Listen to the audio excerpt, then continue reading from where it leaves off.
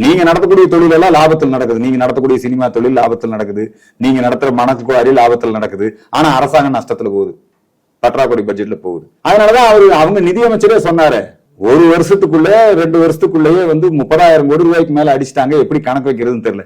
இவங்க மந்திரிகள் ஒவ்வொருத்தர் மேலையும் ஊழல் குற்றச்சாட்டு. எல்லாம் நீதிமன்றத்துக்கு போயிட்டு இருக்காங்க. நீதிமன்றத்திலே குற்றவாளியாக ஜெயில் இருக்கும்போதே மந்திரியா இருக்கக்கூடிய அவலம் எல்லாம் இங்க நடந்துகிட்டு இருக்குதுமா.